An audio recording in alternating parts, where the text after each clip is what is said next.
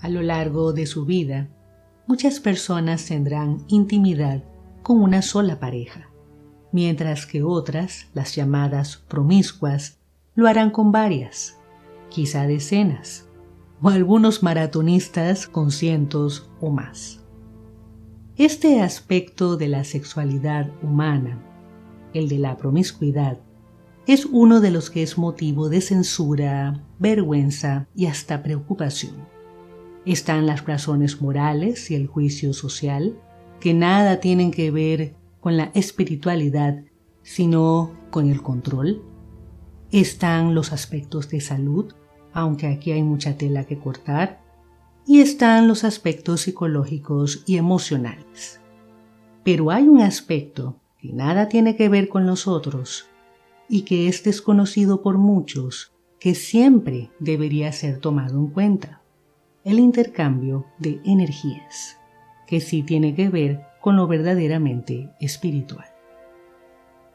Todo el tiempo nos hallamos inmersos en una continua exposición e intercambio de energías, que es mayor cuanto más cerca nos encontramos de otras personas. De hecho, esa es una de las razones por las que en algunas culturas el saludo no implica ningún contacto físico, como un apretón de manos o un abrazo. También es una de las razones por las que en ciertas ocasiones es mejor no usar ropa negra o por las que es mejor no aplaudir. Para quienes no sepan de qué estoy hablando, les dejo en la descripción o en los comentarios los enlaces al video sobre el aspecto oculto del aplauso y al otro sobre la importancia de la ropa blanca o negra.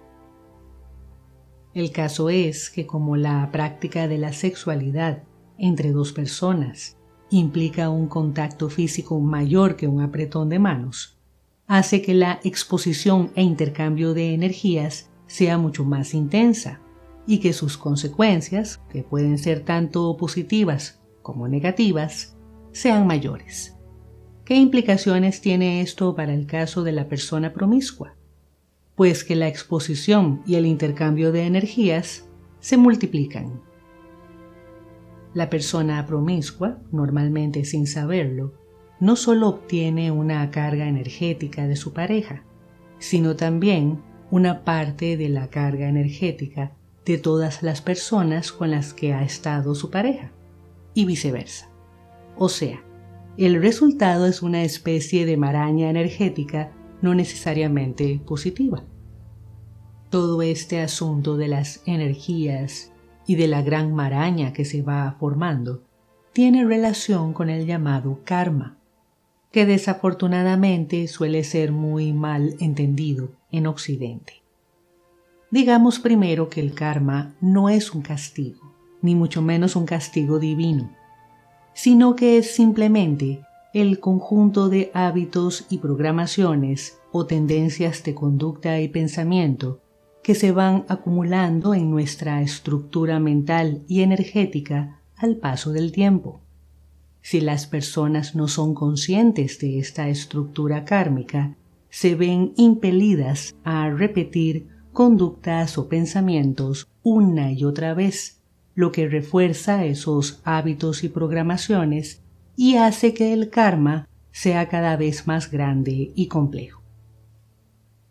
Cuando el karma de una persona se enreda con la de otra, se forma un nudo kármico que puede determinar todo tipo de consecuencias, muchas negativas, si no es resuelto. Ahora, un nudo kármico se puede formar en cualquier tipo de relación con otras personas. De hecho, suele ser normal que las personas tengan nudos kármicos con sus padres, sus hermanos, sus amigos o sus colegas, lo suficientemente fuertes como para hacerlos repetir conductas negativas o no poder resolver problemas crónicos. Las relaciones físicas íntimas, por su naturaleza, pueden formar nudos kármicos difíciles de resolver, lo que implica que si la persona es promiscua, puede estar enredándose aún más en toda clase de nudos de este tipo. Otro aspecto que es importante tener en cuenta, aparte de lo que ya he mencionado, es el problema de que la persona promiscua haya convertido el aspecto sexual en una obsesión, o que use las relaciones sexuales como una forma de escapar de sus problemas, o como una forma de llenar un vacío emocional o incluso espiritual, o como una forma de escapar de una soledad con la que no sabe lidiar, o en el caso de los hombres, como una manera de validarse socialmente. En todos estos casos, la impulsividad para buscar multiplicidad de parejas es un síntoma de un problema profundo, personal, incluso a nivel kármico, que debe ser reconocido y resuelto. ¿Significa esto que una persona debería siempre mantener un distanciamiento físico de los otros? No, no se trata de eso. Pero sí se trata de que sea más responsable y juiciosa, responsable para con los otros y para consigo misma, a que aprenda a ser más selectiva de las energías que está dispuesta a aceptar en su vida. Y esto incluye las relaciones monogámicas, ya que en muchas parejas el intercambio continuo de energías puede resultar fatal para una de las partes, pues lo más importante es el tipo de energía que se proyecta y se recibe. ¿Y qué pasa cuando una persona desea liberarse de una energía que no le conviene? Para ello hay métodos de limpieza energética que se pueden aplicar. De ese tema hablé ampliamente en un video que tenemos en Patreon. Entonces, ser considerado promiscuo, desde un punto de vista moralista o religioso, siempre será condenado, en especial en las mujeres, pero por razones de control social, no por razones espirituales. Desde un punto de vista energético y kármico, puede ser negativo si no se escoge bien el tipo de persona con quien se intercambian las energías. Desde un punto de vista emocional, puede ser negativo si es la manifestación de un problema profundo no resuelto que está al mismo tiempo incrementando el karma. ¿Cómo decidirlo?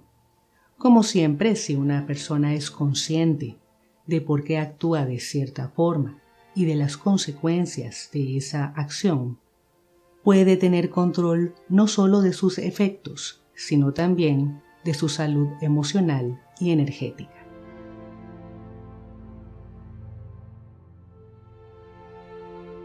La lujuria, como cualquier buen cristiano ha de saber, es uno de los 7 pecados capitales que la doctrina cristiana desarrolló allá por el siglo IV de nuestra era.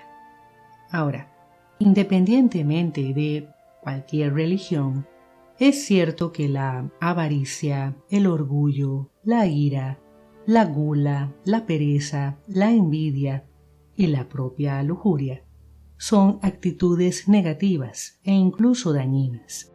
Sin embargo, con respecto a la lujuria, es importante tener en cuenta ciertos aspectos. Cuando la doctrina cristiana desarrolló la idea de los 7 pecados capitales, decidió utilizar la palabra latina luxuria para designar el que, según Dante, es el primer pecado capital. Sin embargo, la palabra luxuria en latín, o sea, para los antiguos romanos, no tenía nada que ver con el concepto cristiano. Luxuria en latín significaba derroche u ostentación de riqueza. Ciertamente era visto como un defecto, como algo inconveniente o desagradable, pero no como una falta a las leyes divinas, ya que los romanos no pensaban así. Ellos no tenían el concepto de pecado como si lo tenían los cristianos. De hecho, los cristianos también pensaban que el derroche o la ostentación de riquezas estaba mal, y en un principio los mantuvieron como parte del pecado capital de la lujuria. Pero añadieron a ese concepto algo que les preocupaba aún más: la sexualidad humana.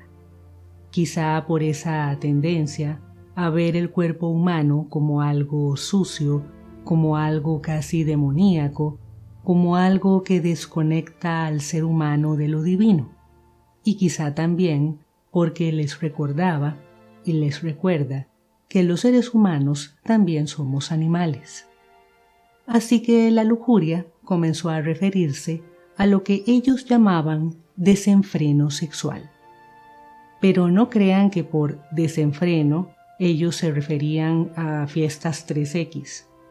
En realidad, para ellos no era otra cosa que las simples relaciones sexuales, en especial fuera del matrimonio, que no tuvieran como objetivo la procreación. Desde entonces, el pecado de la lujuria ha sido parte importante de la doctrina cristiana y católica como medio de represión y control.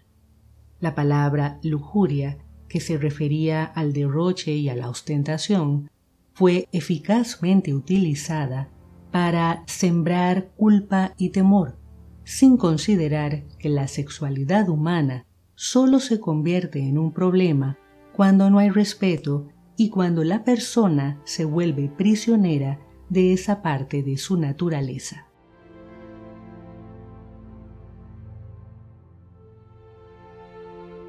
Ser hombre y sentir atracción tanto hacia mujeres como hacia hombres, o ser mujer y sentir atracción tanto hacia hombres como hacia mujeres, no tiene nada de malo, ni la persona debería sentir culpa o vergüenza por ello, ni debería ser considerado inmoral.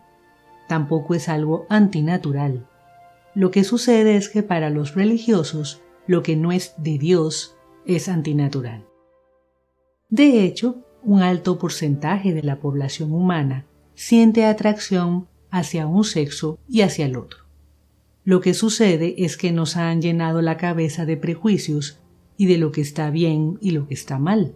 La verdad es que la atracción e incluso el amor no está ligado a la diferencia de sexos entre las personas.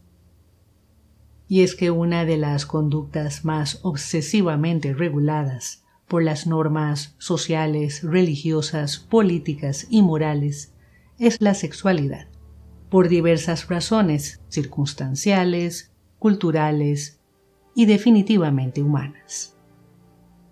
En cuanto al aspecto mágico de las energías masculina y femenina, eso va más allá de si eres hombre o mujer, pero de eso hablaremos en otra oportunidad.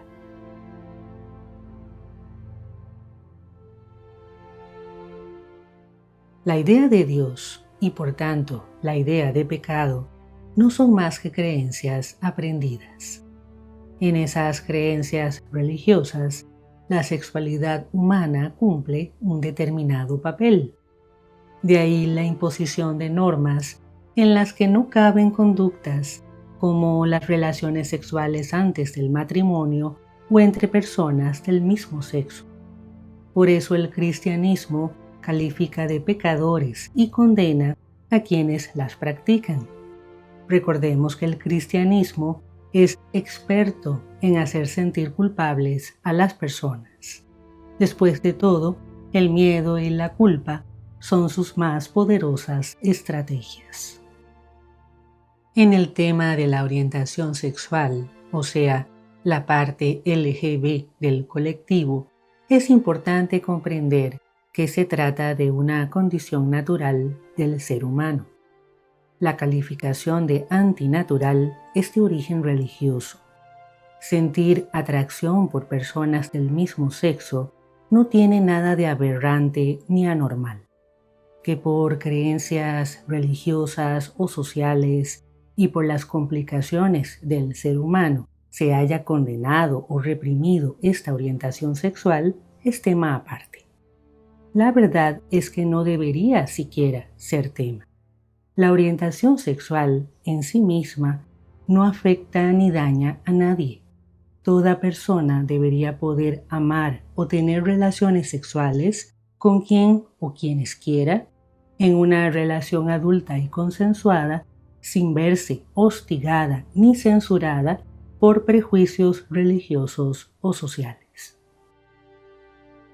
En cuanto a las otras letras del colectivo, o sea, las de identidad de género, la T y Q, desafortunadamente algunos han cruzado ciertas barreras que, independientemente de creencias religiosas, sí presentan complicaciones y repercusiones sociales y que, por supuesto, los grupos religiosos han aprovechado para su causa. Sin embargo, sigue siendo un tema del cual tampoco hay por qué sentir ninguna culpa.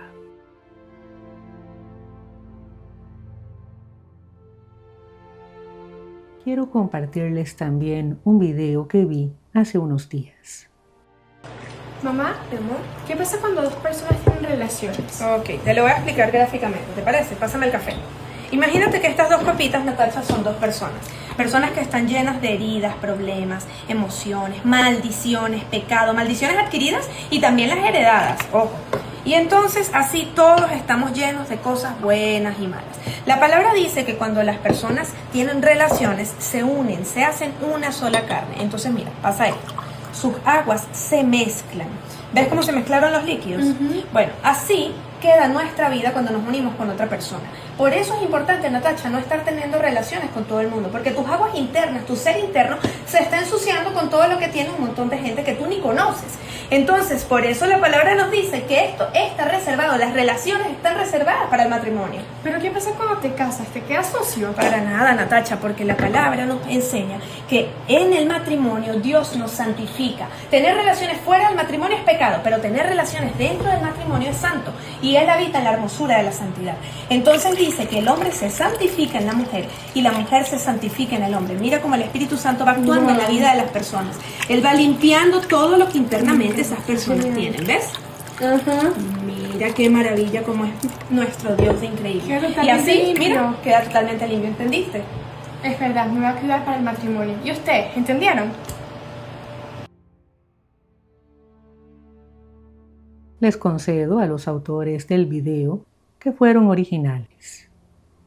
Veo que ciertos grupos cristianos están ahora utilizando el tema del intercambio de energías como herramienta para sostener su postura condenatoria de las relaciones sexuales antes del matrimonio, alegando que solo por obra y gracia del Espíritu Santo y a través del matrimonio cristiano todo se purifica. Sobre el intercambio de energías durante las relaciones ya he hablado antes. Sí existe un cierto intercambio energético durante la actividad sexual, un intercambio en el que se puede crear ciertos nudos o enredos energéticos, pero no hay ninguna limpieza energética dentro del matrimonio. De hecho, en el matrimonio, debido a la mayor cercanía entre las personas casadas, el nudo y enredo energético que se puede crear es por mucho más fuerte que el que se puede dar en un encuentro sexual casual. Es importante entender que el matrimonio no es una institución sagrada ni divina. No fue instituida por ningún Dios. Es simplemente un acuerdo social y una institución jurídica para asegurar en la comunidad una cierta posición legal y social de las personas casadas. Que la religión se haya inmiscuido en ese acuerdo y que haya pretendido controlarlo es asunto aparte. Dentro del matrimonio no hay seguros divinos ni protecciones sagradas. Todo lo que suceda dentro del matrimonio depende de sus partes. Por otro lado, el intercambio de energías es algo que se da de manera constante, no solamente durante las relaciones sexuales. El solo hecho de dar la mano conlleva un cierto intercambio energético. Y aún más, ni siquiera se necesita dar la mano para que se produzca este intercambio. La sola cercanía es suficiente. Esto significa que una pareja de novios o amigos va a experimentar sí o sí este intercambio energético, sea que compartan la cama o no, o donde sea que lo hagan. De hecho, hay besos y abrazos que pueden dejar más huella energética que una unión sexual. Al fin y al cabo, cada persona vive la intimidad sexual de manera diferente. Para algunos es algo muy fuerte, para otros no. Y esto determina, en gran medida, cuán afectado o impactado puede resultar alguien después de un encuentro íntimo. Por supuesto que es importante cuidar con quién tener relaciones. Y cuando digo tener relaciones, no me refiero solo a la parte sexual, me refiero a algo general. Con quién entablamos amistades, con quienes pasamos más tiempo, de quienes nos rodeamos, etc. Y cuando se dan situaciones inevitables, por ejemplo, a veces tenemos que estar cerca de personas de quienes preferiríamos estar alejados, se pueden tomar medidas, como darse un duchazo al llegar a casa. Estoy segura de que quienes lo han hecho han sentido la diferencia. No es un asunto de limpieza física, es algo más bien energético. Las relaciones sexuales no son un pecado, no están reservadas al matrimonio y ahí no hay ningún Espíritu Santo bendiciendo nada. Ahora, como en toda relación humana, es obvio que hay que ser juicioso y cuidarse en todos los aspectos, pero por puro sentido común.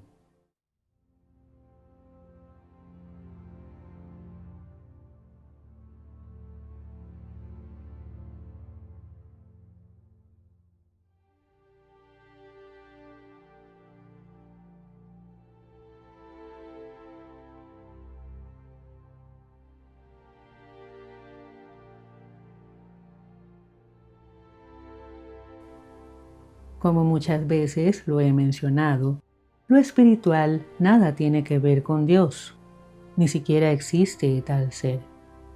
Lo espiritual es ese aspecto no físico de la existencia. Sí, las energías de otros pueden afectarnos, tanto positiva como negativamente, en el aspecto espiritual, pero solo si lo permitimos, y no es algo que se limite a la sexualidad. Y ahí se los dejo. Hasta la próxima.